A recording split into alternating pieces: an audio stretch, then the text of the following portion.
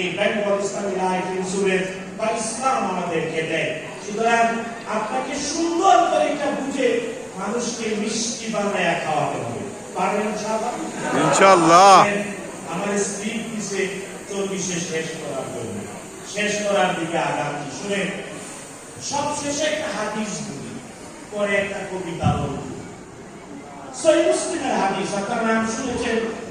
আমাদের সাবকন্টিনেন্টে বলা হয় হাদিসের ৬টি বিশুদ্ধতম কিতাব, এর অন্যতম একটা কিতাবের নাম মুসলিম, সহিহ মুসলিম।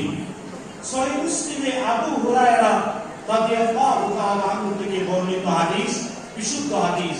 বিশ্বনবী সাল্লাল্লাহু আলাইহি ওয়াসাল্লাম কিয়ামতের দিনে আল্লাহ তাআলা প্রশ্ন করে বলবেন আমাদের, কাদেরকে? আমাদেরকে বলবেন, দেখো আমি অসুস্থ ছিলাম, আমার সেবা করলেন, তো মানুষ বলবে হে আল্লাহ তুমি রব্বুল আলামিন, তোমার সেবা কেমনে করব, তুমি আবার কেমনে অসুস্থ হইলা? আল্লাহ তাআলা বলবেন আমার সৃষ্টি, তোমারই প্রতিবেশী, তোমারই মতো মানুষ অসুস্থ ছিল, তুমি যদি তাকে সেবা করতে, আমার কবিতা আমার কাছে তা পাই। ২ নম্বর, আল্লাহ তাআলা বলবেন আমি পিপাসার্ত ছিলাম, তোমার করাওনি পানি পান। আল্লাহ বলিবে তুমি জগতের স্বামী, মানুষরা বলবে, আমরা এটা বলতে চাই না, মানুষরা বলবে তুমি জগতের স্বামী, তোমার আবার পিপাসা হয় কেন, তোমার কেমনে পানি পান করা?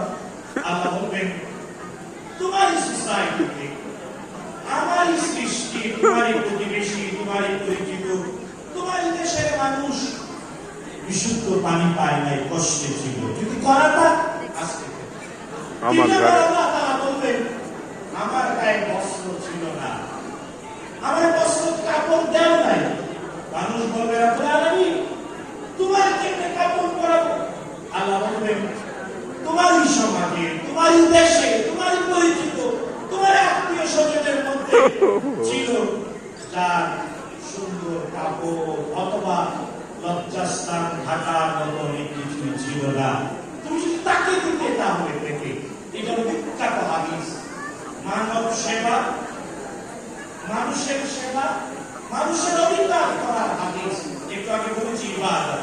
শুনেন, ঠিক এই হাদিসটাকে সুন্দর একটা কবিতার আকারে লিখেছেন আব্দুল কাদির নামে একজন কবি, তিনি আর বেঁচে নেন। কবিতাটার নাম মানুষের সেবা। কবি বলছে